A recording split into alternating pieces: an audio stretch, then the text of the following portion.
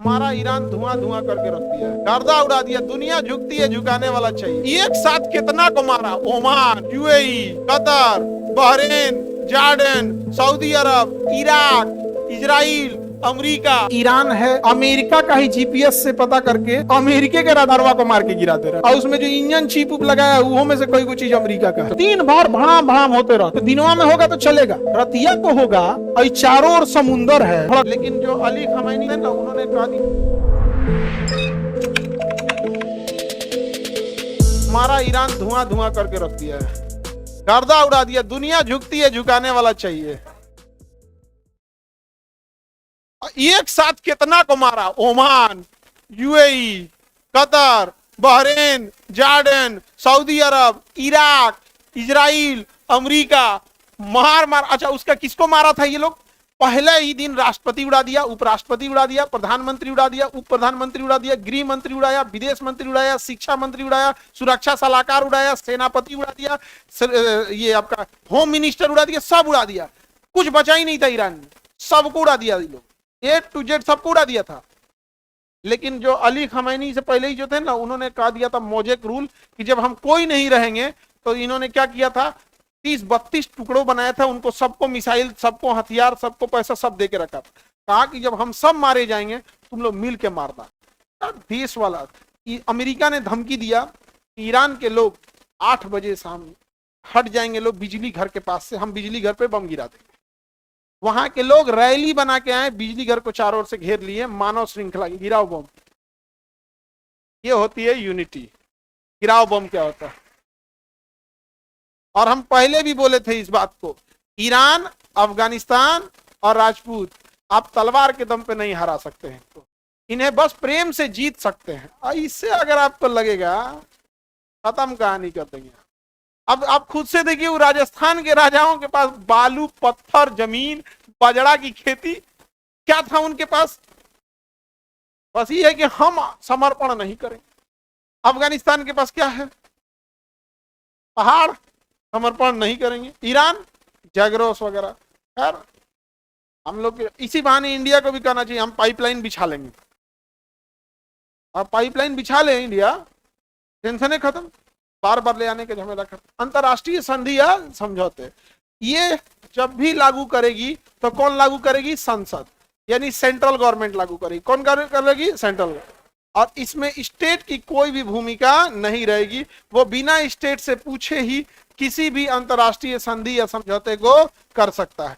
अभी ट्रंपा से समझौता करके हम लोग आए लोग टेरिफ से बचने के लिए, अगले दिन सुप्रीम कोर्ट टेरिफा खत्म कर दिया।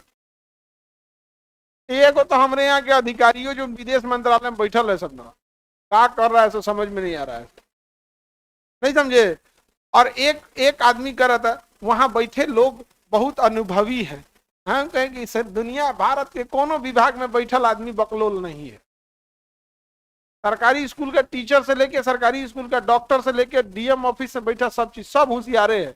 तो देश को तो चांद पे चल जाना चाहिए, नहीं समझे। अनुभवी और बूढ़ा दोनों में अंतर होता है।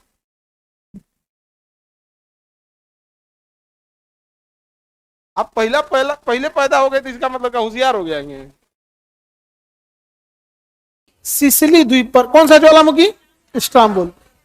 ये स्ट्राम्बोली ज्वालामुखी दिन भर भाम भाम होते रहता है। तो दिनवा में होगा तो चलेगा, रतिया को होगा। और चारों ओर समुंदर है और यहीं में ज्वालामुखी भड़क रहा है। तो दूर से लगेगा कि भैया यहां तो लगता है रोशनी है। इसलिए स्ट्राम्बोली ज्वालामुखी को भूमध्य सागर का प्रकाश स्तंभ कहते हैं। स्तंभ इसलिए कहते हैं कि ज्वालामुखी ऊंचाई पर है और भड़कते रहता है, रतिया को रोशनी दिखता है। तो भूमध्य सागर का प्रकाश स्तंभ, हाँ, स्ट्राम्बोली।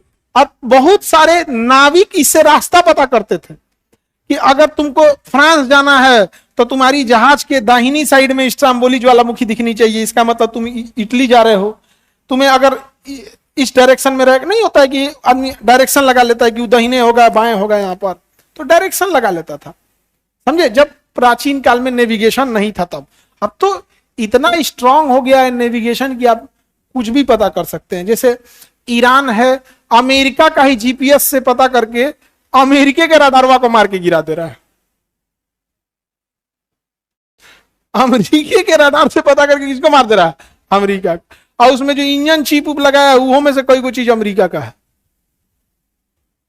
तो देर होशियारी करेंगे तो दिक्कत नहीं होगा। समताप यूवी किरणों को रोकने के लिए जितना गोरका गोरका तुम लोग जिंदा है ना, उस सब के लिए समताप मंडल में। तो कल से जब तुम लोग सूर्य भगवान को पूजा करने जाना ना, तो लगले लगले हाथ जोड़ लेना, हे समताप मंडल रघुए बचैले बनी ना, तो कब के हमनी के तो स्किन कैंसर हो जाए, नहीं समझे।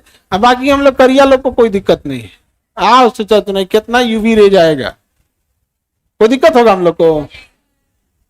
इसीलिए ना काला लोग को हम मानते हैं कि इनकेस अगर वायुमंडल हट भी जाए तो पृथ्वी को आगे कौन ले जाएगा? गोरखा गोरखा सबका देर दिन का भविष्य नहीं है। लेकिन ऐसा डरने की जरूरत नहीं है, क्योंकि जितने अमेरिका यूरोप ऐसा बड़का बड़का वैज्ञानिक है सब, ये सब गोरखा है सब। वंदना के कह देगा सब ग्लोबल वार्मिंग हो रहा है, ग्लोबल वार्मिंग हो रही। कभी सुने उन सबको बेरोजगारी पे बोलते ना? जो चीज को वो भुगतेंगे सब ना, वही ज्यादा भुगतेगा सब। जैसे कहता है कि दिवाली का पटाखा छोड़ेंगे लोग ना, हल्ला करेगा सब कि इससे ग्लोबल वार्मिंग हो गया, ये हो गया। हम तो और छोड़ते हैं, इस बार तो हम और छोड़ेंगे। तो पिछली बार ही वादा किए थे, नहीं समझे, विश्व शांति के लिए पर्यावरण बचाने का संदेश देंगे हम कि जो यूक्रेन में लड़ाई चल रही है उससे अच्छा हम लोग की दिवाली है, खुशियों का त्योहार है। ससुरे तुमको खुशियों के त्योहार में प्रदूषण दिखता है, और जो मिडिल ईस्ट में लड़ाई चल रही है वो में प्रदूषण नहीं दिखता है? नहीं समझ आ गया? दिवाली तो खुशियों का त्योहार है ना जी।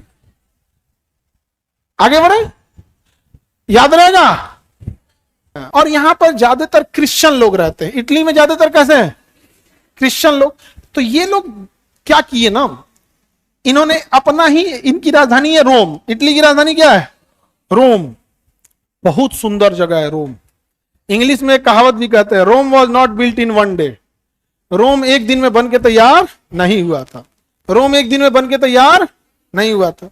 जो एक दिन में बन के तैयार नहीं होता उसको एक दिन में आप उजाड़ भी नहीं सकते। तो एक कहावत कहते हैं, Rome was not built in one day. Rome एक दिन में नहीं बना था। और ये हम तुम लोग को 4 बार अभी तक बोल चुके। क्या है कि रिजल्ट एक दिन के पढ़ने से नहीं होता है।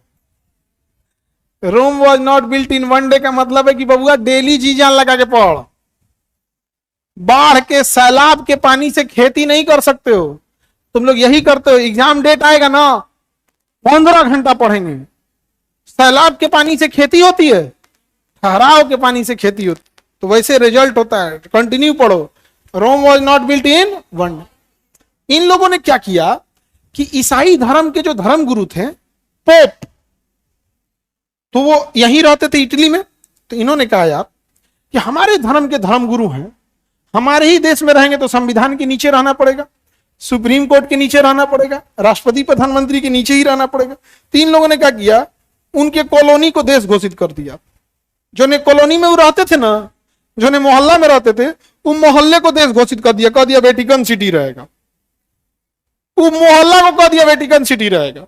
इसलिए दुनिया का सबसे छोटा देश हो गया वेटिकन सिटी। वो मोहल्ला था किसका? फादर लोगों का। तो घोषित कर दिया। अब जब देश घोषित हो गया तो हो गया कि जो यहाँ के फादर रहेंगे वही यहाँ के क्या रहेंगे? राष्ट्रपति, उन्हीं का संविधान। अब जैसे मोहल्ला घोषित कर दिए तो जो उनके पुजारी हैं अब वो ना संविधान के अधीन आए, ना राष्ट्रपति, ना हाईकोर्ट के अधीन। तो सम्मान देने के लिए उन्हें क्या घोषित कर दिया? अलग देश। उसके पास सेना है अपनी? नहीं। रक्षा कौन करता है? इटली।